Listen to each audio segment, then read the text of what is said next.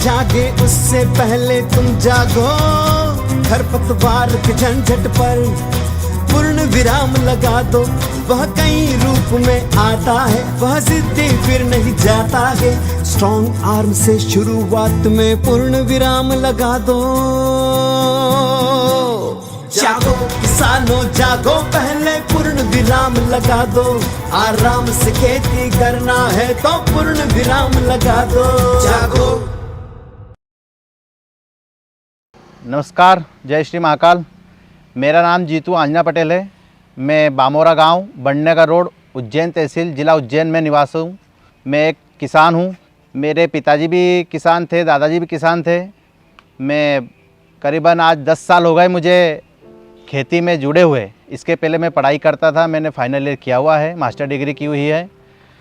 इसके बाद मैं घर पे आया, खेती से संबंधित जुड़ा। इसमें डेयरी फार्म का भी काम है, गाय भैंस है मेरे यहाँ। उसके बाद खेती देखता हूँ। खेती में बहुत समय पहले जब मैं देखता था पापा के समय में, उस समय कितने ही प्रकार का चारा, मतलब कह नहीं सकते, परेशान थे। इसमें कई प्रकार के चारे बगदे उगते थे तो जिनको मारना बहुत कठिन हो जाता था। मैं देखता था हर 15 दिन 20 दिन में दवाई लाना, आज इसकी दवाई लाए, आज उसकी लाए। उससे क्या होता था, दवाई तो छींट देते थे लेकिन खरपतवार मरता नहीं था, वो सोयाबीन के बराबर आके खड़ा हो जाता था वापस। फिर मैंने जब ये खेती मेरे हाथ में ली, मैं खेती करने लगा, मैं इससे जुड़ा, मैंने देखा यार कि अपने को ये दवाई डालना चाहिए, स्ट्रॉन्ग आर्म। फिर इसका दवाई का मैंने यूज़ किया। करीबन 5 साल से इसका यूज़ कर रहा हूँ मैं।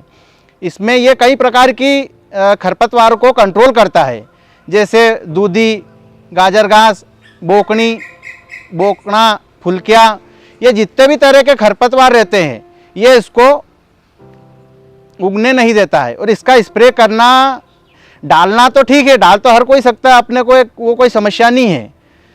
हाथ की टंकी से डाल दो, इंजन की टंकी से डाल दो। लेकिन एक समस्या थी, एक चुनौती थी कि इसको कैसे डालें, अपन संसाधन कहाँ से लाएंगे। बोनी भी करनी है, उसके साथ में अपने को इसका स्प्रे भी करना है।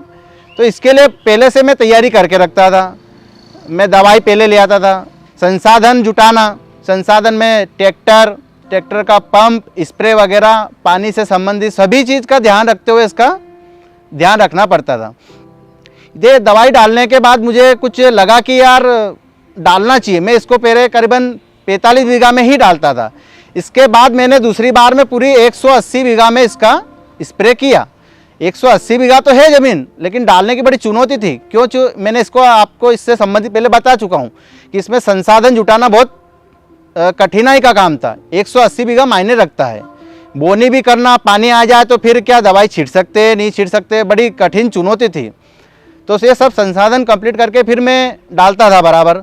स्ट्रॉन्ग आर्म के बहुत से लाभ है। ये जो खरपतवार रहता है ये इसकी सोयाबीन के बराबर प्रतिस्पर्धा नहीं कर पाता। ये बड़ा होता नहीं है, जाका जई रुक जाता है, मर जाता है। उगने के बाद भी ये पीला पड़ के मरता है। सोयाबीन पे इसका कोई साइड इफेक्ट नहीं होता है। मैं काफ़ी समय से डाल रहा हूँ, किसी प्रकार का अभी तक इसमें साइड इफेक्ट नहीं हुआ। दूसरा फ़ायदा ये है कि चारा बगदा तो उगता ही नहीं है, जो भी है चोरे पत्ते सभी प्रकार के। तीसरा फ़ायदा, सोयाबीन में किसी प्रकार की हानि नहीं होती। उसमें किसी प्रकार का झटका, कोई पीलासपन, मतलब किसी प्रकार का उसमें अपन बोल सकते हैं कोई नुकसान हानिकारक नहीं है, बहुत अच्छा रहता है। चौथा, सोयाबीन में फूल, अगर चारा बगदा जो भी सभी प्रकार के ये नहीं रहेंगे तो सोयाबीन तो अच्छी होना ही है। उसके बाद सोयाबीन में फूल अच्छे आना, हाइट अच्छी हो जाती है, खेत साफ़ सुथरा रहता है। मैं जो उसमें खाद डालता हूँ, पूरा का पूरा खाद वो जड़ में जाके सोयाबीन उसको ले लेता है। उससे पैदावार भी बढ़ती है, फूल भी ज़्यादा आते हैं सोयाबीन तने में, गांठ भी अच्छी बनती है, चारा नहीं रहता है नीचे में। तो उसके बाद सोयाबीन का दाना भी अच्छा पकता है, पैदावार भी अच्छी आती है। मैं ये जब से डाल रहा हूँ, मैं खुद का मेरा एक्सपीरियंस है, मैं ये जब से डाल रहा हूँ, मेरे सोयाबीन में पैदावार में 1 से 1.5 कुंटल जो भी पैदा होता है सबका, उससे ज़्यादा पैदा होता है मेरा सोयाबीन हमेशा। दाना चमकदार रहता है, मोटा रहता है। और सबसे बड़ी बात यह है, मेरा सोयाबीन मंडी में सबसे टॉप क्वालिटी में बिकता है। क्यों बिकता है कि मैंने स्ट्रॉन्ग आर्म डाला, चारा बगदा नहीं हुआ, चारा बगदे ने इसका खाद वगैरह नहीं खाया, उसी का खाद वगैरह सभी जो है रहता है, ये सभी सोयाबीन को तने जड़ में मिलता है। तो उससे जाके सोयाबीन मेरा अच्छा पैदा होता है। इसका बहुत अच्छा रिजल्ट आया। मुझे लगता है कि सभी किसान भाइयों को इसका यूज़ एक बार ज़रूर करना चाहिए। स्ट्रॉन्ग आर्म उपयोग करने से मैंने सोयाबीन में पहले ही दिन से खरपतवारों पर पूर्ण विराम लगाया। क्या आप भी इसके लिए तैयार हैं?